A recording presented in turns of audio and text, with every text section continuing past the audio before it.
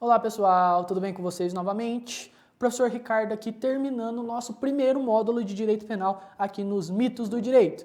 Tudo bem? Olha aí, nós já vimos alguns pontos desse primeiro módulo. Tudo bem? Nós dividimos em 4. Vamos para a tela ali. Nós dividimos em 4, como eu já falei. O primeiro ponto que nós vimos na primeira aula, noções fundamentais do direito penal. Segunda aula, escolas penais, principalmente com volta na criminologia moderna. Terceira aula, história do direito penal, tanto positivo quanto brasileiro, quanto também mundial, tudo bem? E no quarto ponto agora, fontes do direito penal, mas um pouco mais abrangente, a gente vai começar a falar de lei penal para depois na próxima aula, que vai ser um outro módulo, retornar. Tranquilo? Beleza? Tudo bem. Vamos lá então, fontes do direito penal. A fonte do direito penal, ela pode ser associada à origem, nascimento ou surgimento da norma penal. Por fonte do direito, deve-se entender a origem primária da norma jurídica. Isso quem disse foi Bittencourt. E Kelsey ainda fala mais. Kelsey afirma que a fonte é o fundamento de validade jurídica positiva das normas. Tudo bem? Então, quando você fala de fontes do direito penal, nós podemos inicialmente dividir em duas, materiais e formais. Veja ali, primeira, fonte material, mas tem também outros dois nomes, substanciais ou de produção. Segunda, fonte formal, mais conhecida como fonte formal, mas também pode ser de conhecimento ou de cognição. Beleza? É bom saber os três nomes, tá? Porque pode cair no seu concurso, na sua prova de ordem, na sua prova na faculdade, com algum desses nomes. Pois bem, fontes materiais são fontes de produção, ou seja, como a norma penal é originada. Neste sentido, compete à União legislar sobre matéria penal. Vem aqui comigo. Pensa comigo o seguinte, quem faz a lei penal? Em tese é a União, correto? Legislativo ou executivo, dando lá sua contribuição junto com o legislativo, etc. Ou seja, a União faz matéria penal. Beleza. Essa seria uma fonte formal, originada pela União. Entretanto, há determinadas hipóteses, consideradas como exceções, tá? De trazer essa competência legislativa da União de forma suplementar para o Estado, por meio de lei complementar. O que isso significa? Vamos supor que aconteça um desastre natural, por exemplo, Brumadinho, tá? Um outro desastre natural, que traga uma certa conturbação para o convívio social daquele determinado lugar ou daquele determinado Estado. Beleza? A União, ela, atripulada, não tem o porquê fazer uma norma propriamente para aquele Estado, para evitar alguns crimes novos que estejam acontecendo, algumas coisas, etc., por conta de um estado de mais urgência, tudo bem? Então essa União vai, por meio de lei complementar, dar a competência penal para o Estado legislar, de forma provisória. Tranquilo? Beleza? Beleza. Fonte material, então, matamos, tá? O que é a fonte material? Como a norma penal originada. Geralmente, na maioria das vezes, tá? Como a regra diz, compete à União legislar sobre matéria penal. Fonte formal. Fonte formal, diferente da material, pode ser dividida em duas partes. Imediata e imediata. Vamos para a tela. Fontes formais imediatas são as fontes primárias, posto que decorrem por meio do legislativo, pela criação de leis, como a Constituição Federal, leis infraconstitucionais, tratados internacionais, etc. Então, o que são fontes formais imediatas? Criação de leis. No Brasil, quando você fala de um crime, aonde você tem que recorrer? Lei. A lei, então, é uma fonte imediata, criada pelo Poder Legislativo. Fontes formais imediatas, elas são secundárias, elas não são primárias. Você vai discutir o direito penal primeiro por leis, se não tiver nas leis, você vai fazer o quê? Utilizar outras fontes. Exemplo, jurisprudência, doutrina e costumes. E um hashtag fica a dica. Há quem defenda também que os princípios gerais e analogias são fontes imediatas. Presta bem atenção. Há quem defenda que os princípios gerais, tanto constitucionais de direito penal quanto de direitos penais e processo penal puro, fazem parte das fontes formais imediatas. Tudo bem? E há também quem diga que a analogia faz parte de fontes mediatas, ou seja, fontes formais imediatas. Porém, presta atenção nisso daqui. A maioria da doutrina diz que a analogia é uma forma de autointegração entre a norma e as lacunas existentes nessa norma. Pessoal, vem aqui comigo. Essa é a posição majoritária. Isso é o que vem caindo na maioria das vezes em concurso público. Beleza? Tranquilo? Então a lacuna, ela não seria uma fonte formal imediata, mas sim uma autointegração entre a norma e as lacunas existentes. Beleza? Vamos prosseguir então. Vamos voltar então para o slide e falar um pouco sobre analogia. A analogia, então, é um mecanismo para suprir lacunas. A gente acabou de ver isso, né? Autointegrável. Havendo dois pressupostos básicos. Quais são os dois pressupostos básicos para se aplicar a analogia? Existência de lacuna na lei. Se a lei ela é absoluta e resolve tudo, não tem por que usar analogia. Se a lei não resolve tudo, você usa analogia. Você busca em outra lei ou em outro lugar algo para matar essa lacuna da lei, matar essa falha da lei. E o segundo pressuposto básico?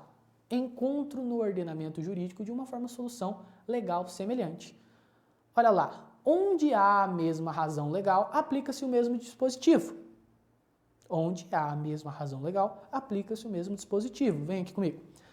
Ou seja, se lá, vamos supor, numa lei de drogas, 11.343 de 2006, falta alguma coisa, aonde que vai buscar isso? No Código Penal.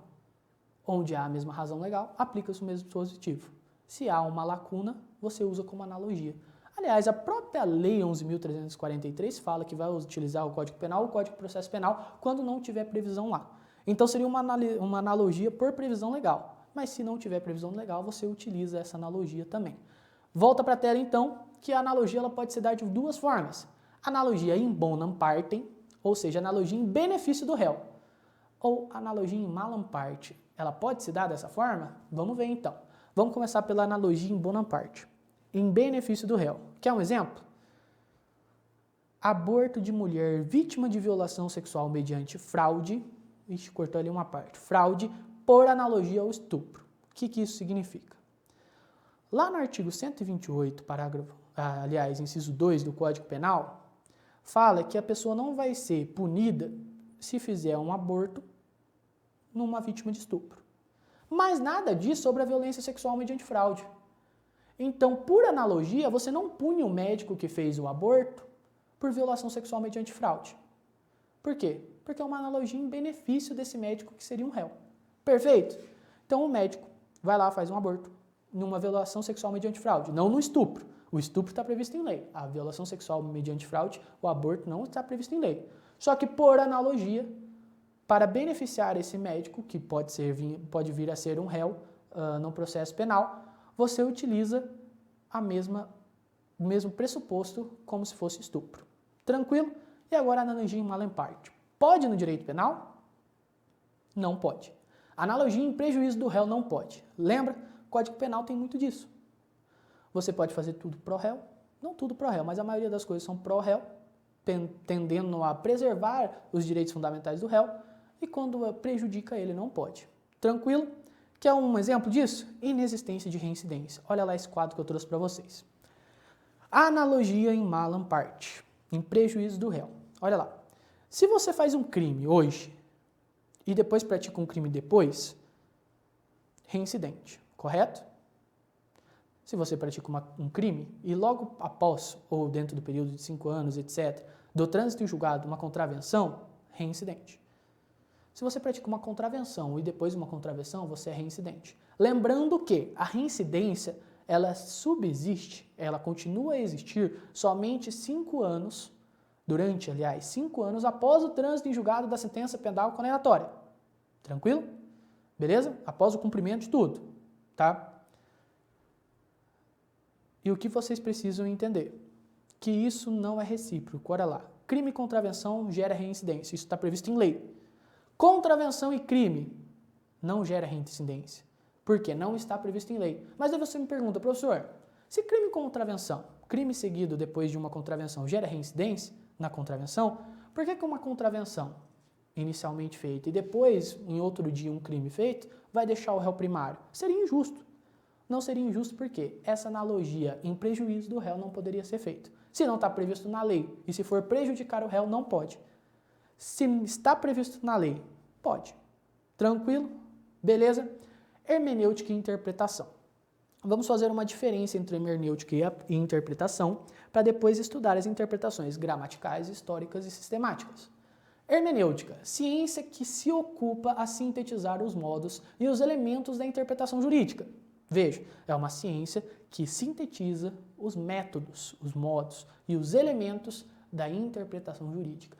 É como se fosse algo a mais do que interpretação.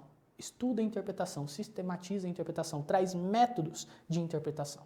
Enquanto isso, a interpretação, ela investiga de forma efetuada o direito aplicado, em busca do alcance e do sentido das regras jurídicas. Você tenta interpretar aquilo que o legislativo fez, tá? E como que você vai fazer isso? Vejamos os meios de interpretação. Gramatical. Quando você pega lá uma lei do legislativo, pode vir aqui para mim. Quando você pega uma lei lá do legislativo, tá? E você lê ela, e você tem uma primeira interpretação o quê? Gramatical, literal, levando em consideração a parte escrita, tudo bem? Mas você pode ter um outro tipo de interpretação. Qual seria esse outro tipo? Uma interpretação histórica. Além da gramatical histórica, você poderia olhar e falar assim, olha, o contexto histórico que isso estava empreendido mudou atualmente, então a própria interpretação mudou. Lá em 1940 não é 2020, tá? Ou seja, interpretação histórica por conta da decorrência do tempo, da mudança dos fatores históricos e do próprio sentido daquilo, tudo bem? E por fim, uma sistemática. Podemos voltar agora para a tela. Sistemática, que pretende o quê? Entender a lógica do texto legal. Imagina o seguinte, você lê primeiro o texto legal, aí você olha e fala assim, olha, gramaticalmente falando, está falando isso daqui. Mas na hora que você vai entender a lógica daquilo, você encontra coisas por trás desse texto. Quer um exemplo? Agora, a lei dos atos de abuso de autoridade. Nós soltamos uma dica lá no YouTube, eu e o professor Emerson de Direito Constitucional, onde a gente fala que a lei de abuso de autoridade previu, salvo maior engano agora no seu artigo 22, parágrafo 1º, inciso 3, que é possível fazer busca e apreensão até as 21 horas, sendo que antes, até pela Constituição Federal, a gente sabe que somente poderia se fazer no período diurno, sendo o período diurno das 6 às 6, por alguns doutrinadores, ou período do sol, enquanto o sol estiver período diurno. Mas essa lei vem e fala que até 21 horas não há nenhum crime. Das 21 às 5 que haveria o crime de abuso de autoridade. Tudo bem? É previsto, aliás, na lei de abuso de autoridade. Ou seja, se você ler lá, você vê 21 horas e 5 horas da manhã, gramatical. Mas depois você vai entender a lógica desse texto. Você vê, olha, na realidade, eles mudaram o conceito de dia? Essa resposta está lá na nossa dica. Em tese, eles não poderiam mudar. Por quê? Na Constituição fala que o conceito de dia é dia. E das 6 às 9 da noite já é noite. 9 horas da noite já é noite. Então não poderia. Seria esse texto inconstitucional? Vamos ver o que o Supremo Tribunal fala. Mas essa seria uma sistemática, uma interpretação sistemática. Você viu que eu fui além do que está escrito? Eu interpretei além do que está escrito. Tudo bem? Beleza? E além disso, um hashtag fica a dica, que nós temos outros métodos de interpretação, como a interpretação autêntica, que é quando você interpreta aquilo que o legislativo falou, uma interpretação jurisprudencial, que é quando você interpreta aquilo que o judiciário fala, e doutrinária, que é quando você interpreta aquilo que os cientistas falam, ou seja, os doutrinadores. Tranquilo? Vem aqui comigo. Pessoal, até aqui nós vimos algumas fontes, nós vimos algumas nuances, tá, que estão no direito penal. E vamos dar uma olhada para finalizar a aula e já deixar bem engatilhado para próximas aulas, tudo bem? A aplicação da lei penal. O que seria a aplicação da lei penal? Vamos para a tela. A aplicação da lei penal deve ser anterior à prática delitiva, caso contrário, incidirá no princípio da irretroatividade. Logicamente, isso daí você sabe, você que está estudando para concurso, você que também está estudando para uma prova da sua faculdade, etc., você sabe disso, tá? Olha lá, artigo 1º aliás, do Código Penal e também há essa previsão na Constituição Federal. Não há crime sem lei anterior que o defina, ou seja, se não tiver uma lei prevendo o crime, ele não existe como crime, lógico. E não há pena sem prévia cominação legal. E então ele fala o seguinte, se esse crime, que apesar de existir, não tiver uma pena, não vai existir pena. Tranquilo? Beleza? Hashtag fica a dica. Conjunto de normas incriminadoras é taxativo. Diferença, então, entre fato típico e atípico. Veja lá. Se você fala que aquilo está no Código Penal como um crime, está de forma taxativa. Se uma conduta não está no Código Penal como crime, não é crime. não é uma norma incriminadora, porque taxativo tem que estar no Código Penal ou em outra lei esparsa, tudo bem? Ou em outra lei especial. Crime tem que estar escrito em lei, senão não é crime. Isso se chama rol taxativo. A diferença, então, de fato típico, típico porque está tipificado em lei e atípico porque não está tipificado em lei. Vejamos agora, lei penal no tempo. Nós estávamos falando, vou dar uma voltada aqui rapidinho, que não há crime sem lei anterior que o defina e não há pena sem prévia combinação legal. É exatamente o que esse slide vai explicar. Ultratividade e retroatividade. Olha lá, ultratividade. Lei antiga, benéfica, ou seja, era uma lei que era boa para o réu, continua sendo aplicada aos fatos ocorridos em sua vigência, mesmo após a sua revogação. Então imagina o seguinte, vem aqui comigo. Nessa caneta aqui é a lei benéfica, tá? O fato foi aqui no meio, tudo bem? Beleza? Tá. Essa lei foi revogada logo depois do fato. Aconteceu o fato, essa lei foi revogada. Começou a se aplicar uma lei mais cruel, mais maléfica para o réu. Lei benéfica, fato, lei maléfica. O que vai acontecer? Essa lei benéfica, apesar de ter sido revogada, ela vai continuar valendo, mesmo com a lei maléfica existindo. Por quê? Ultratividade. Ultra porque ela passa da sua atividade. Ela, apesar de ter parado a sua existência, de ter sido cancelada, de ter sido revogada, ela continua a valer. Tudo bem? E o contrário, como que funciona? Aqui que é interessante, o princípio da retroatividade. Vamos para a lousa rapidinho. Lei maléfica deixa de ser aplicada aos fatos ocorridos em sua vigência, aplicando-se a nova lei mais benéfica, retroagindo, ou seja, os efeitos da lei passada. Se você olhar bem aí na nossa seta, a lei benéfica, ela passou a existir depois do fato, ou seja, hoje o fato é crime. Eu pratiquei o fato hoje, amanhã ele deixa de ser crime. Eu vou ser punido?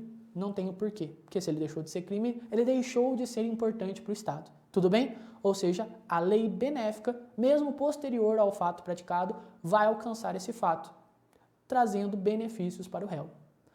Tranquilo? Beleza? Vem aqui comigo. Pessoal, sem dúvidas, tranquilo, matéria bem tranquila. No próximo módulo a gente vai pegar mais pesado, tudo bem? Inclusive as questões finais que a gente vai fazer dessa aula também serão mais pesadas conforme o decorrer do conteúdo, mas pensando nesse conteúdo, vamos resolver duas questõezinhas, só duas, tá? Para fechar o nosso módulo com chave de ouro. Vamos lá. É uma forma de autointegração da norma, aliás, melhor, vamos começar do começo, né? Por lá tem que começar. Ano 2018, Banca CESP, Polícia Civil do Maranhão. Delegado de Polícia Civil, é o concurso público. No direito penal, a analogia, você já sabe que ele está perguntando de analogia, tá? É uma forma de autointegração da norma penal para suprir as lacunas porventura existentes. Você sabe que a analogia vem para suprir lacunas existentes, perfeito. Mas ela é uma autointegração ou ela é uma fonte formal imediata? Ou ela é uma fonte formal imediata? Eu falei isso para vocês nessa aula. Vamos continuar então. É uma fonte formal imediata do direito penal? Ficou na dúvida? Vamos continuar. Utiliza, na modalidade jurídica, preceitos legais existentes para solucionar hipóteses não previstas em lei? D. Corresponde a uma interpretação extensiva da norma penal? Ele tende à interpretação da norma penal? A analogia ela vem para interpretar ou vem para suprir uma lacuna? E. É uma fonte formal imediata, tal como o costume e os princípios gerais do direito. Pessoal, se você pensar um pouco, você vai assinalar a questão A. Eu falei para vocês no hashtag Fica Dica nos slides passados dessa aula que a analogia, pela maioria da doutrina, e como entende essa banca CESP de delegado de polícia civil, que a analogia é uma forma de autointegração da norma penal para suprir as lacunas porventuras existentes. Beleza? Vamos para a próxima questão então, agora de certo e errado.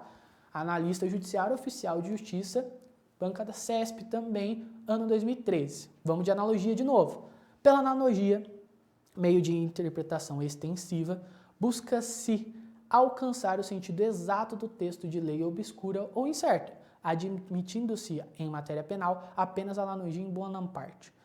Vamos desmiuçar essa questão. A analogia em bona parte está certo. Vamos começar ali pelo final. Você sabe que a analogia em bona parte pode, a em mala em parte não pode. Mas vamos ver o meio ali, que é onde está meio confuso. A analogia, meio de interpretação extensivo. A gente acabou de resolver na última questão. A analogia é um meio de interpretação extensivo? Pensa bem. Veja lá. Busca-se alcançar o sentido exato do texto de lei obscura ou incerta. A analogia não busca entender o exato texto de lei obscuro e incerto. Quem pensa isso é interpretação. Ou uma hermenêutica, uma interpretação. A analogia vem para o quê? Para suprimir eventuais lacunas da lei. Matou a questão. Logicamente, está errado. Tudo bem? Beleza? Pessoal, muito obrigado. Fica aí as nossas mídias sociais, os mitos do direito, o canal do YouTube, os mitos do direito. Também se inscreva, compartilhe, ative as notificações. Também deixe o meu Instagram para você mandar um direct, caso tenha alguma dúvida, ou se quiser deixar também na descrição dos vídeos de forma habitual, eu vou estar acessando para ver se tem alguma dúvida. Também siga aí a Unimar, a Universidade de Marília, nas redes sociais para você acompanhar o que essa faculdade excepcional, que é o nosso apoio principal, vem fazendo. Tudo bem? Foi muito bom esse módulo. Acredito que nós conseguimos resolver muitas nuances, entender essa introdução do direito penal e no próximo módulo a gente volta de forma mais eficaz partindo do Código Penal. Aí sim, lei material. Nós vamos começar a estudar de forma concreta o Código Penal. Tudo bem? Beleza? Precisando estou às ordens. Até mais e tchau!